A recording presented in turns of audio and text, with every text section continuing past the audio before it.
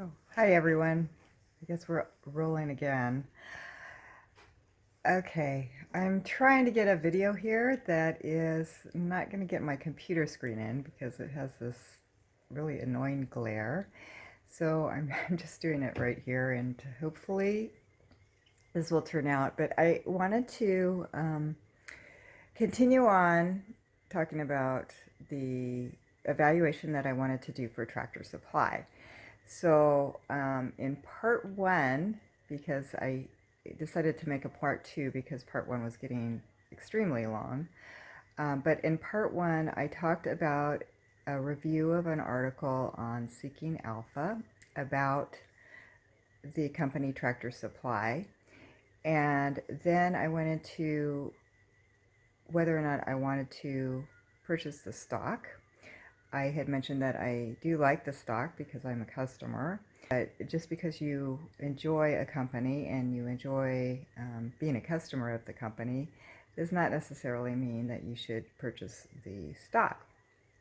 And I did talk about a couple of metrics in part one on how I would go about evaluating a stock for purchase. The first one is I looked at the stock price and I compared that to the valuation of an index fund over time. And the index fund I compared it to was it was an ETF, exchange traded fund, with the symbol VOO, which matches the S&P 500. And in that case, it looked like the S&P 500 index fund greatly outpaced Tractor Supply in terms of stock valuation for a 5-year period. The second metric that I looked at was the 5-year average return on invested capital for Tractor Supply, and I wanted to make sure that was over 10%. And when I looked at Tractor Supply there, it looked very, very good and outperformed the index significantly. So now I'm going to go on to 3 other metrics or fundamentals that I look at when I'm evaluating a stock. Okay, so the third one is kind of, I'm going to link 2 of them together, and one is the PE ratio, and the other is the PEG ratio. The PE ratio is the price over earnings ratio, and it's also called a multiple. This is one that many people use to evaluate a stock. Basically what it says, you divide the price of the stock over the earnings per share for that stock, and you get a value, or you get a number, which they consider a multiple. So let's say you divide a price over earnings. Let's see, if the price of the stock divided by the earnings is 15, then every $15 that you invest in the stock would yield $1 return on your investment. So also, I think if you invert that, it would take roughly 15 years to double your investment. So I'm pretty sure that's the case. I think I read that somewhere. I might have to check on that one, but anyways, it kind of gives you an idea of what you can make per money that you spend on the stock. The PEG also takes into consideration the growth of the stock, and that is where you take the PE ratio, and then you divide that by the year-over-year growth rate. So for both these metrics, okay, so for the PE ratio, I like to get a PE ratio of around 15 or even less if I can. That means it's a pretty cheap stock. If you're getting a PE ratio more than that, the stock is getting more expensive. And depending on the type of stock, you're gonna it also depends on sectors. So the sector, you know, if you're, I wish I could use my other hand for this because, but if you are buying a tech stock, you will probably have a higher PE ratio than if you're buying like a, I don't know, probably an energy stock or even a finance stock. Finance stocks, they're like around 10 for the PE.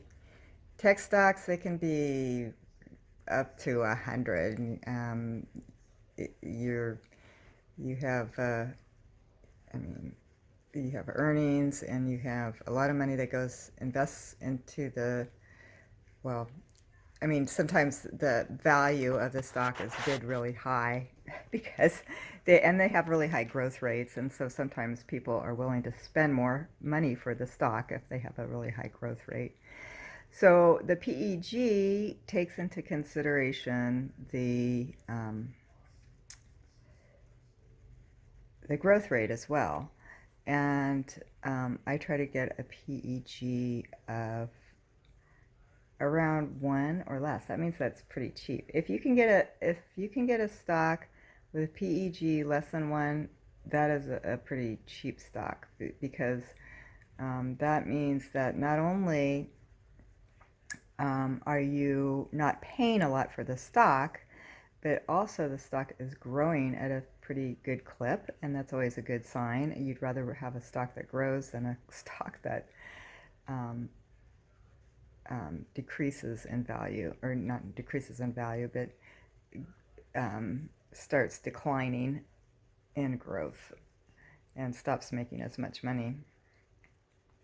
So that is the metric 3 that I'm going to be describing, and then we'll go on. I'm hoping to get maybe 5 in here. We'll see. So the metric 4 that I'm going to be describing here is price over book.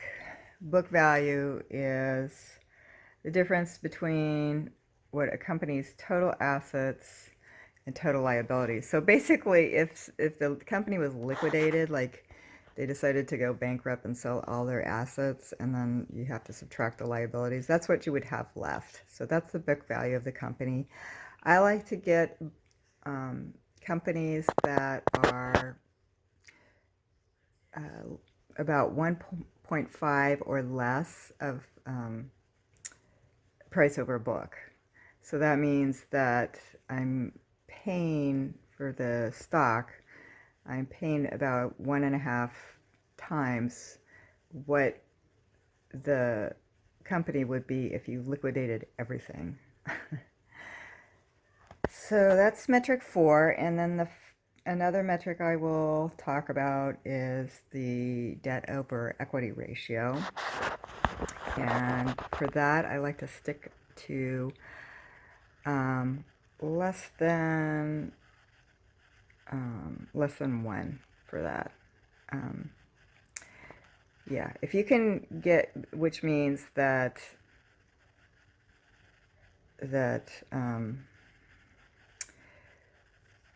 yeah, it's a 1-to-1 ratio of debt to equity. You don't want to have a company that has a ton of debt, because what's going to happen is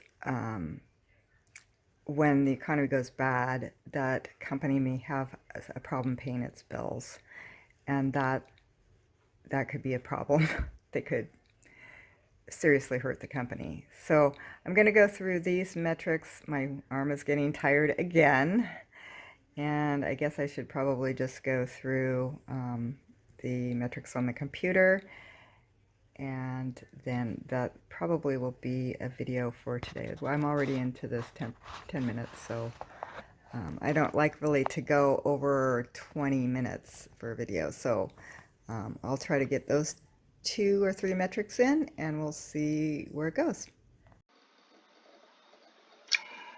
Okay, so here I am in the first page of the Tractor Supply information on the Morningstar show. I'm here in Morningstar again. And just by looking at this, if we look at the PE ratio, we have a consensus forward PE, which I believe is what they're believing that the Tractor Supply will make in the future.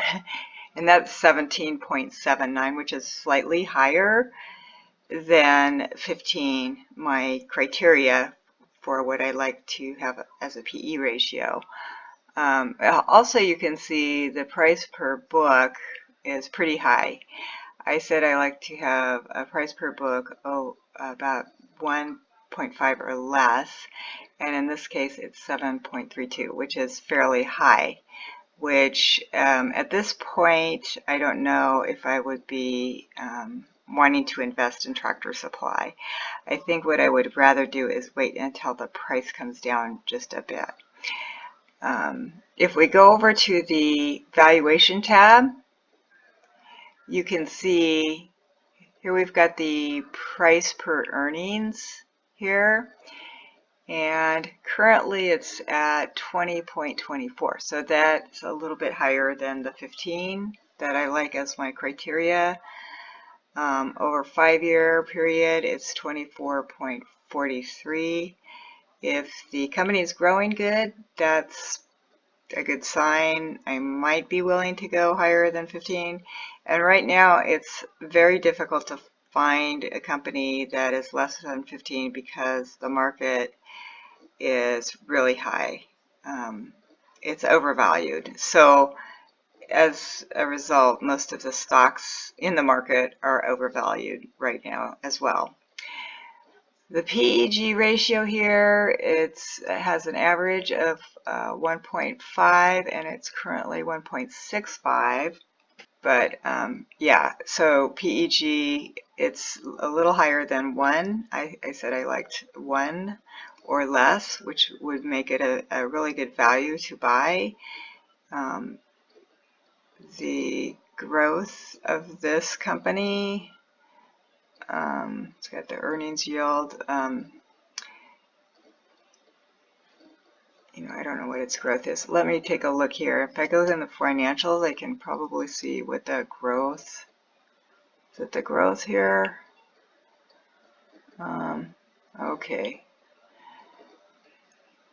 Return on assets, return on equity, return on invested capital. I don't know if we have the growth rate on here either, easily to see. But anyways, let me go back. Okay, so that's the PEG. It's a little higher than what I would like. I'd like it around 1. If it's less than 1, it's a really good deal. If it's 1, it's doing pretty good. It's a little bit higher than that. The price over book, I said 1.5. This is the one that liquidated everything. So right now it's at 7.32. That's really high. So you're paying 7.32 times what the company would be worth if it had liquidated everything. So that's pretty high. And it might be worth that.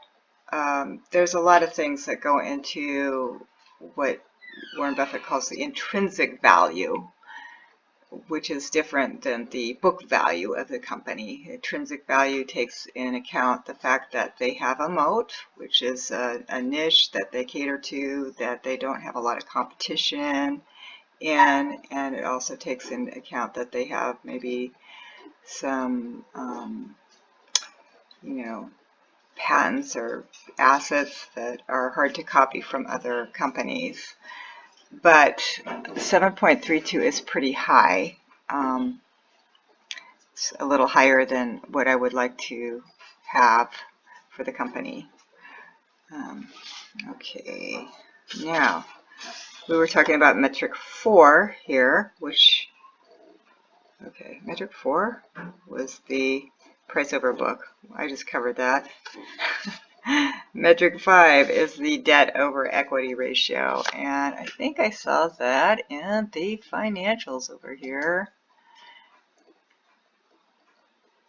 We have the price over book, which we just discussed, price over earnings, and then we have the debt to equity. So currently the debt to equity is 1.95. That's not super high, but it's a lot higher than the 1, which I like as a criteria. Ideally, I even like a debt to equity ratio less than 1, like maybe 50%. 1's getting up there. 1.9, that means they have almost 2 times the debt that they do to the equity. That's not good. All right, so, and actually, if I go into these key ratios here, when you see a green here for Morningstar, that is a good thing. They have a 3-year revenue growth of 8.31. That's pretty good. Nowhere near their PE ratio. If you have a growth ratio that's over the PE ratio, that's awesome, and that is a really good buy. According to Peter Lynch, and I read a book of his too, which I can't think of the name of. One Over Wall Street, that's what the name of the book is. So Peter Lynch, One Over Wall Street, also a very good book. Tells you how he evaluates a stock. He's a money manager, a fund manager, and as you can see, the debt to equity is 1.75. It's in the red, so that's not good. Okay, I think those are my metrics. Yeah, okay, I'm 7 minutes into this, and I was 10 minutes into the intro, so I think that's a pretty good wrap up on this one, on this video, and it's not super long, so you won't get super bored of me talking, and I will put it together and put in a part 2. All right, thanks for watching, and stay inspired. Bye.